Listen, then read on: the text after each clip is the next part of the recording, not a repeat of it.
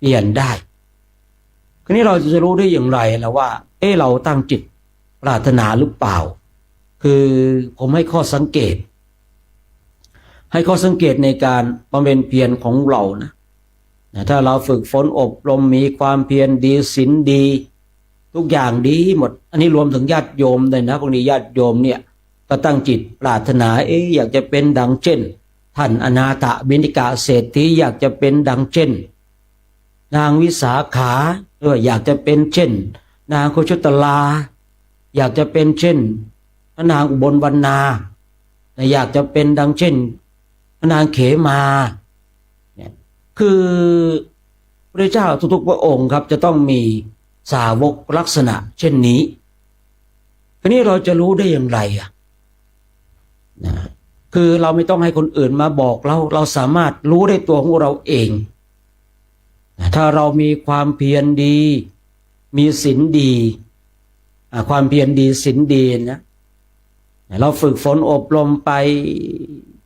ในคราวใดที่เราท้อแท้ท้อถอยมันจะมีหลักการอยู่หลายอย่างเหมือนกันนะในคราวใดที่เราเกิดความท้อแท้ท้อถอยไม่เรานึกถึงพระพุทธเจ้าบำเพ็ญเพียรบารมีนี่ข้าเป็นพระบริษัทนี่ยากลำบากของเราแค่นี้เองเกิดกำลังใจขึ้นมานั่นแสดงว่าเราเนี่ยตั้งจิตปรารถนาความเป็นพระสัมมาสัมพุทธเจ้าหรือว่าเราบำเพ็ญเพียรภาวนาฝึกฝนอบรมไปจิตมันไหลดิ่งลงไปไหลมันอีกนิดเดียวที่จะตัดกระแสแห่งกิเลสทั้งหลายแล้วมันก็จะมีแสงหรือว่ามีกระแสอย่างอื่นมาตัดคือตัดไม่ให้เราเนี่ยเข้าสู่อริยมรรคอริยผลท่านทั้งหลายผมไม่แน่ใจว่าฝึกฝนอบรมกันแล้วพิจารณาหลักธรรมหรือว่าจิตเราเกิดปัญญามันไหลเข้าสู่กระแสกำลังจะตัดกระแสแล้วกระแสแห่งกิเลสทั้งหลายแต่มันก็มีกระแสหนึ่งเข้ามาตัดทำให้เราเนี่ยหลุดจากตรงจุดนั้นถ้าบุคคลหนึ่งบุคคลใดเป็นเช่นนี้ผมไม่ใช่พระอรหันต์ผมไม่ใช่มีญาณอย่างรู้อะไรแต่ผมขอฟันตรงเลยว่าจิตของบุคคลนี้เคยตั้งจิตปรารถนาสิ่งใดสิ่งหนึ่งไว้คือมันจะเป็นอย่างนี้ครับมันจะเป็นอย่างนี้คือถ้าเราตั้งภาวนาความเพียรดีศีลดีทุกอย่างดีหมดทุกอย่างดีหมดเลยนะนั่งไปภาวนาจิตมันดิ่งมันจะทำลายกิเลสละใช้คำนี้น่าจะเข้าใจได้ง่ายกว่ามันจะทำลายกิเลสแล้วเห็นแล้วมันจะทำลายแล้วแต่ก็มีกระแสอย่างใดอย่างหนึ่งมาตัดขอให้เรารู้เลยว่าจิตของเราเคยตั้งไว้ว่าความปรารถนาว่าเราจะเป็นเป็นพระพุทธเจ้าก็ดีเป็นอัครสาวกเบื้องซ้ายเบื้องขวาก็ดีหรือว่าเราเนี่ยตั้งจิตปรารถนาจะเป็นพระอสีติมหาสาวกหรือว่าเราเป็นเวลานี้เป็นอุบาสกอุบาสิกาเราอาจจะตั้งจิตจะเป็นเช่นนางท่านอนาถบิณฑิกะเศรษฐีนางวิสาขาหรือว่าพระนางโกชุตราพระนางอุบลวรรณานางเขมาเยอะเนาะเนี่ยคือทุกพระพุทธเจ้าทุกพระองค์นะครับจะต้องมีสาวกลักษณะเช่นนี้เราลองคิดดูพระพุทธเจ้าที่จ่อขึ้นมาที่เที่ยงแท้แล้ว10 พระองค์ด้านหน้าก็มีอัครสาวกเบื้องซ้ายเบื้องขวาพร้อมแล้วพระโพธิสัตว์ที่ยังบำเพ็ญเพียรเนี่ยก็จะต้องมีอัครสาวกเบื้องซ้ายเบื้องขวาพระอสีติมหาสาวกก็ต้องมีมหาอุบาสกมหาอุบาสิกาผมศึกษาในพระไตรปิฎกเห็นเลยนะพระนางวิสาขาเคยตั้งจิตว่าอยากจะเป็นดังเช่นนางนี้ได้บำเพ็ญเพียรบารมีอยากจะเป็นบ้างเนี่ยคือพระพุทธเจ้าทุกพระองค์จะต้องมีสาวกลักษณะเช่นนี้ฉะนั้นถ้าเราบำเพ็ญเพียรภาวนาไปเนี่ยคือท่านต้องมีว่าความเพียรดีศีลดีนะถ้าความเพียรดีศีลดีฝึกฝนอบรมไปภาคเพียรไป บางทีเราคิดถึงภาษาริบุตรเนาะเอาให้เข้าใจง่ายๆเราคิดถึงภาษาริบุตรแล้วมีกำลัง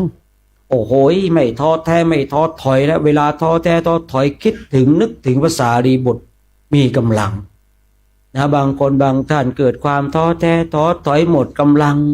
อยากจะสึกขาลาเพศคิดถึงพระมหาโมคคารลานะเขามีกำลังใจขึ้นมาอยากจะอยู่ต่อนั่นแสดงว่าเราเนี่ยตั้งจิตปรารถนาที่จะเป็นดังเช่นพระสารีบุตรดังเช่นพระมหาโมคคลลานะหรือว่าเราเนี่ยแหมเกิดความท้อแท้ท้อถอยโอ้ยมันอะไรไม่รู้ชีวิตมันยุ่งยากเหลือเกินลำบากเหลือเกินแต่เวลาเราคิดถึงพระพุทธเจ้ามันมีกำลังขึ้นมาไม่รู้กำลังมาจากไหนก็ไม่รู้นะเนี่ยขอให้เรารู้เลยว่าเราเนี่ยตั้งจิตที่จะเป็นพุทธเจ้าอันนี้ชัดเจนนะคือนี้กระแสนะที่จะทำให้เราเนี่ยพลาดจากมรรคผลนิพพานถ้าเราได้รับคำพยากรณ์หรือว่าจิตของเราตั้งไว้นะอย่างที่พระพุทธกล่าวไว้เมื่อสักครู่เนี่ยมันก็จะมีกระแสนะกระแสมาตัดแต่ถ้าบุคคลหนึ่งบุคคลใดยังไม่ได้รับคำพยากรณ์นะแต่ตั้งจิตนะตั้งจิตเขานี้ตัวเองรู้แล้วนี่ว่าโอ้เราเคยตั้งจิตที่จะเป็นพระพุทธเจ้าแต่เรายังไม่ได้รับคำพยากรณ์ไม่ไหวแล้วเห็นโทษภัยในวัฏฏะเห็นโทษภัยในการเกิดแก่เจ็บตายแล้วไม่เอาแล้วขอถอนดีกว่าในเวลาที่เราอธิษฐานตั้งจิต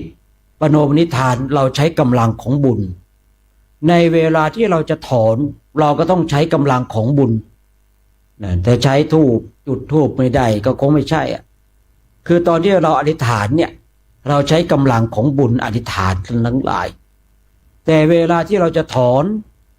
เราก็ต้องถอนด้วยกำลังของบุญเช่นนะตอนที่เราตั้งจิตนะตั้งจิตที่จะเป็นพระพุทธเจ้าเราได้ทำบุญ7 วันอย่างเงี้ยนะแต่เวลาที่เราจะถอนเราก็ต้องทำบุญ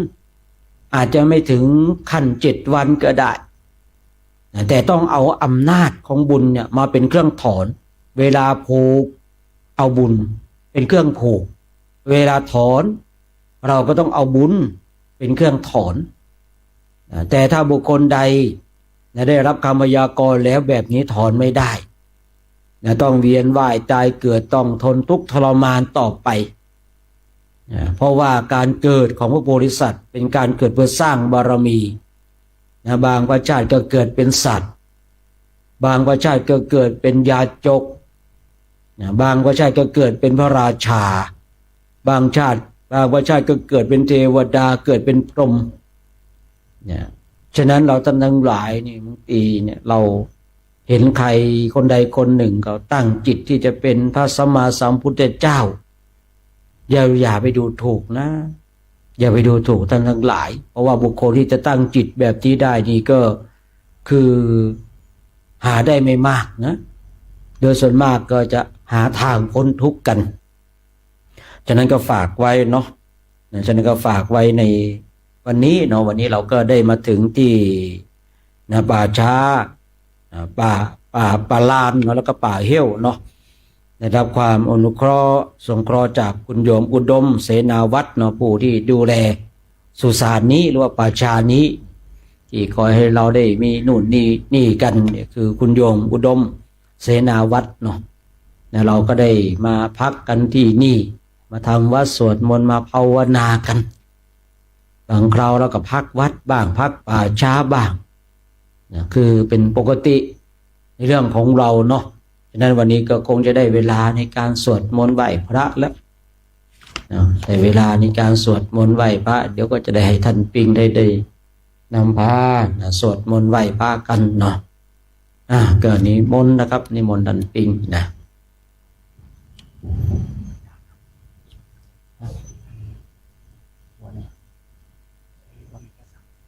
ตัวนี้เพราะว่ามันเสียไปตัวหนึ่งแล้วมันมรณภาพไปตัวแล้ว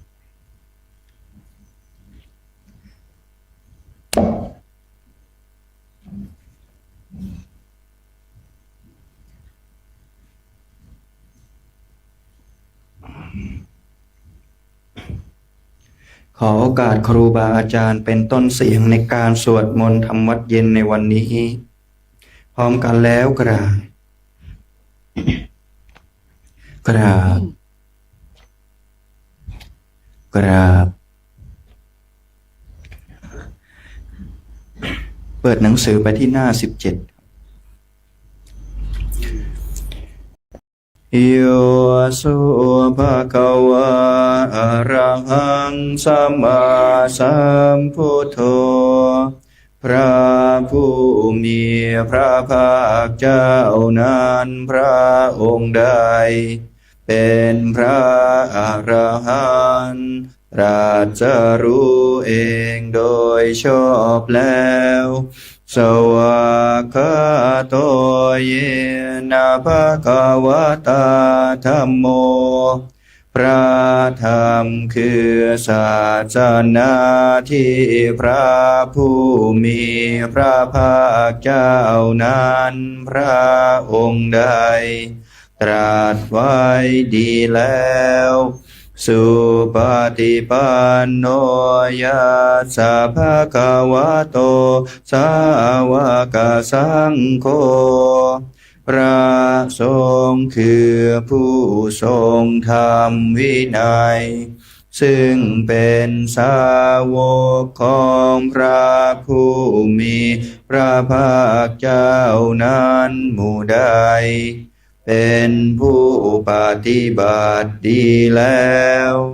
ธัมมายังภคะวันตังสะธัมมังสะสังฆังอิเม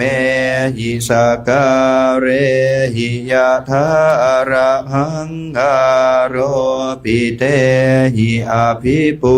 ชยามะข้าพระเจ้าขอบูชาอย่างยิ่งซึ่งพระผู้มีพระภาคเจ้าพร้อมทางพระสัทธรรมและพระอริยสงฆ์เจ้าทั้งหลายด้วยเครื่องสักการะเหล่านี้ข้าพระเจ้าได้ยกขึ้นประดิษฐานไว้ดีแล้วในที่อันสมควรอย่างยิ่งเช่นนี้สาธุโนพันเตภะคะวาสุจิราปรินิพพุโตปิพระผู้มีพระภาคเจ้าพระองค์นั้นแม้ปรินิพพานนานแล้วก็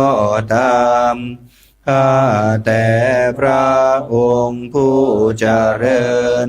ซึ่งยังประโยชน์อันยิ่งใหญ่แก่สาธุชนทั้งหลายปัจฉิมาชนะตานุกัมปมานาสาอิเมสการเรทุกตาปันนากา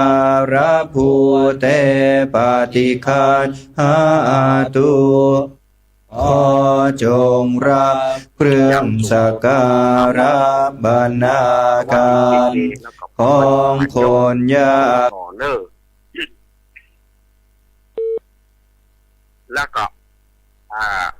ขอเจริญพรคณะสัตยาญาติโยมประธานสาธุชนคนดีเฮาทุกท่านวันนี้รายการสารธรรมยามค่ำโอ้ก็สมกับสารธรรมยามค่ำวันนี้อาตมาล่าหน่อย